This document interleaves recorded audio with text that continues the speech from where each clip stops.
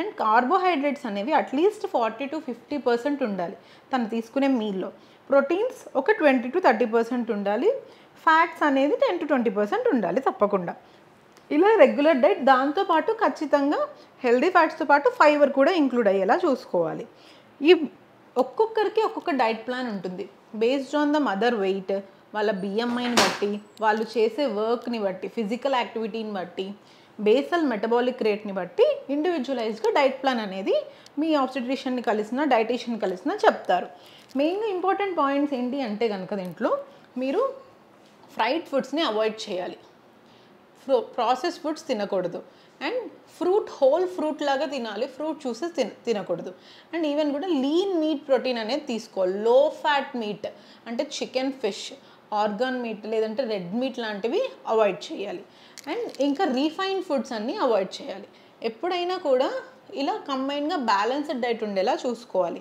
ఇప్పుడు బ్రేక్ఫాస్ట్ తీసుకున్నారంటే కనుక ఖచ్చితంగా carbohydrate 1-2 servings and protein include అయ్యేలాగా ఉండాలి. అంటే ఇప్పుడు మీరు ఒకవేళ ఒక 2 చపాతీ ఆర్ 1 చపాతీ మార్నింగ్ బ్రేక్ఫాస్ట్కి తీసుకుంటే దాంతోపాటు ఖచ్చితంగా ప్రోటీన్ ఏదైనా ఉండాలి, either egg or paneer or some milk ఏదైనా ఉండాలి. అండ్ ఇప్పుడు coming to the lunch and the dinner, ఆ ప్లేట్స్ మీరు ఎలా డివైడ్ చేసుకోవాలి అంటే హాఫ్ ప్లేట్ మొత్తం ఫైబర్ అంటే vegetables, either salad or steamed vegetables అవి ఉండేలా చూసుకోవాలి. వెజిటేబుల్స్ అంటే ఆల్మోస్ట్ దుంప కూరలు, పొటాటో, స్వీట్ పొటాటో, బీట్రూట్ ఇలాంటివి అవాయిడ్ చేసి బీరకాయ, సొరకాయ, గ్రీన్ లీఫీ వెజిటేబుల్స్ అంటే ఆకుకూరలు, స్పినచ్ ఏదైనా తినొచ్చు, బీన్స్, మష్రూమ్ ప్రోటీన్కి వస్తే ఇవన్నీ ఒక హాఫ్ ప్లేట్ ఉండేలా చూసుకోవాలి. ఇంకా అదర్ హాఫ్ ప్లేట్లో 1/4 డివైడ్ చేసుకోవాలి. ఒక 1/4లో తప్పకుండా కార్బోహైడ్రేట్ ఉండాలి. అదేంటి, ఏదర్ 1 చపాతీ లేదు 1 cup of brown rice or ragi ముద్ద అంటారు అది ఎలా తీసుకోవాలి. ఇంకొక 1/4 ప్లేట్ ప్రోటీన్ ఉండాలి, egg or any chicken, fish అలా తీసుకోవాలి. రెడ్ మీట్, మటన్ అవాయిడ్ చేయాలి. అలాంగ్ విత్ దిస్ ప్లేట్ ఖచ్చితంగా మీరు ఒక ఫ్రూట్ అయితే తీసుకోవాలి.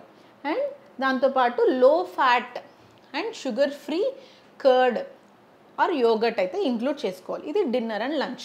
అండ్ మీరు ఏవేవి ఫ్రూట్స్ తినచ్చు అంటే జామకాయ తినచ్చు, యాపిల్ తినచ్చు, సిట్రస్ ఫ్రూట్స్ లైక్ ఆరెంజ్ తినచ్చు.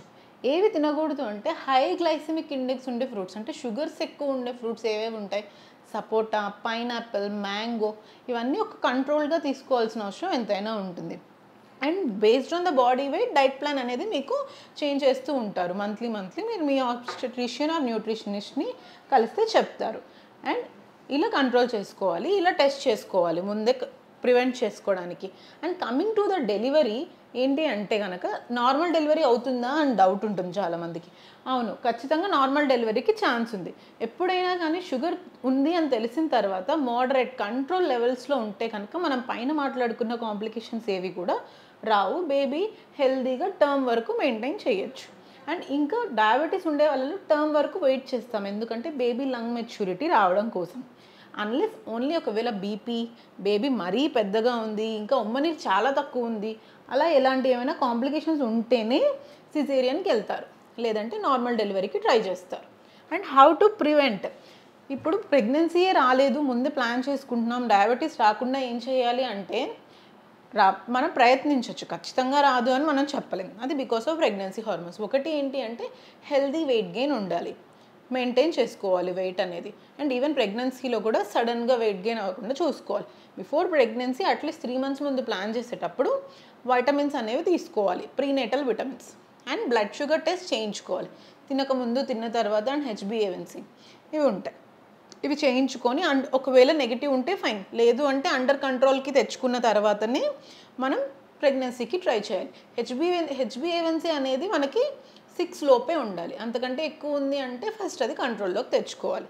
And physical activity is very important, pre కన్సెప్షనల్గా అయినా ప్రెగ్నెన్సీలో అయినా. ప్రెగ్నెన్సీలో ఖచ్చితంగా ఇలా డయాబెటీస్ ఉండేవాళ్ళు ఎవ్రీ మీల్ తర్వాత 10 minutes వాక్ చేయాలి, ఆర్ వారంలో 5 రోజులు రోజుకి అరగంట walking or any aerobic exercises అనేవి చేయాలి, దానివల్ల కంట్రోల్ అవుతుంది.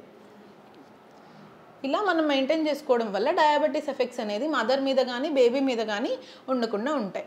ఓకే, వన్స్ డెలివరీ అయిపోయింది, ఇలా డయాబెటీస్ పాజిటివ్ వచ్చింది, డెలివరీ అయిన తర్వాత ఏం చేయాలి అంటే 4 to 6 weeks అంటే ఒక 1 to 3 months తర్వాత మనం మళ్ళీ రీటెస్ట్ చేసుకోవాలి డయాబెటీస్ ఉందా లేదా అని. తినకముందు తిన్న తర్వాత చేస్తారు.